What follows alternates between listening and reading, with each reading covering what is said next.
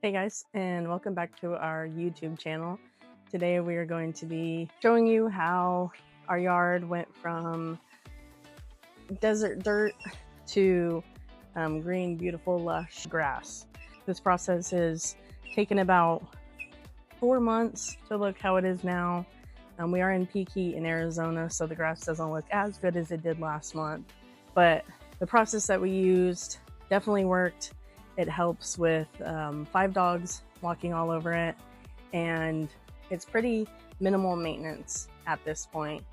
All of the work that we did in the beginning was all the blood, sweat, and tears that we put into it, and now we kind of just get to enjoy the fruits of our labor, and the dogs really get to enjoy the grass. So what we did with this process was this entire yard, we first tilled it with a machine tiller. You can rent that at Home Depot. We can share some links. I think overall we paid $100 for 2 days or something like that. It was really decent. Took 2 days to machine till it. We did about 3 to 4 inches down so that our roots could settle in once we put compost on top. So completely tilled the yard, did the whole thing, took 2 days. And then the second part of that was having the yard in half. We used construction fence. We just got it from Amazon. Super cheap.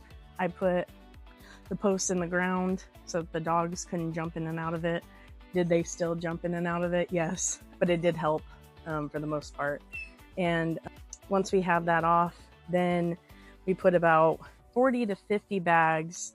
One side needed more than the other. Mushroom compost was both cost effective and made the most sense for us. With 5 dogs, we didn't want to use manure and then be rolling in it and smelling bad and stuff. So with the research that we did, mushroom compost made the most sense. So like I said, we did about 50 bags on this side. We ended up doing about 40 bags on this side. All in all, about 100 bags.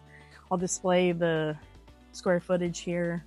But after we did that, we raked out a thin layer of the mushroom compost on top of the existing soil. And then after we did that, I used a starter fertilizer. Just a quick tip with starter fertilizer, always use more than you think you need.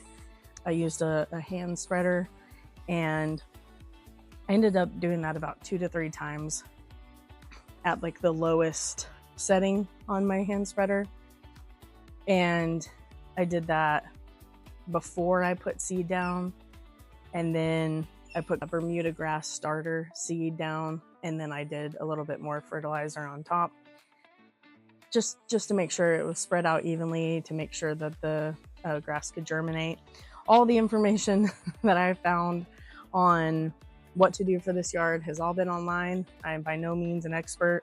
This is my first time starting grass like this, so I'm sure there's many people who expert in this and know more than I do, but I'm just going based off of my experience and my success with this backyard. So anyway, so we sectioned off the one side and it worked great.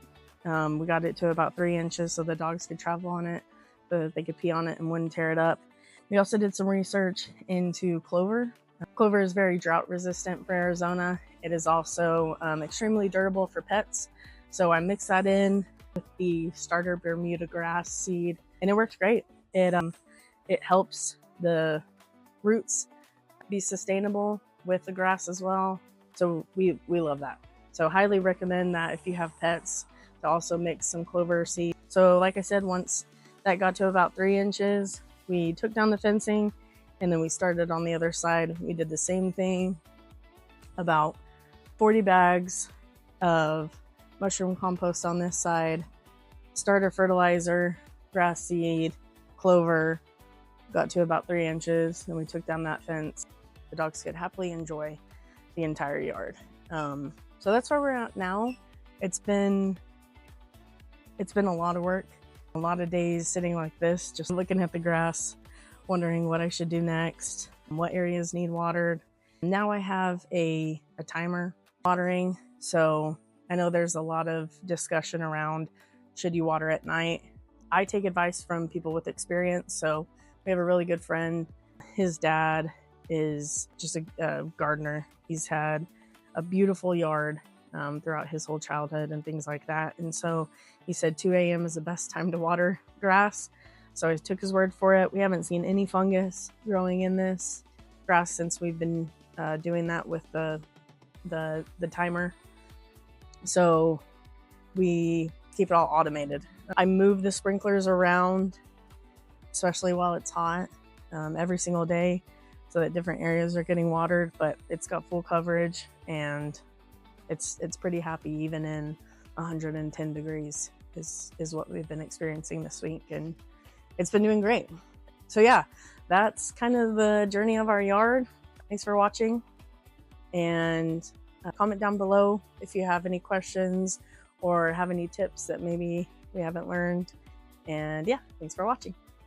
Imagine I wasn't recording that whole time.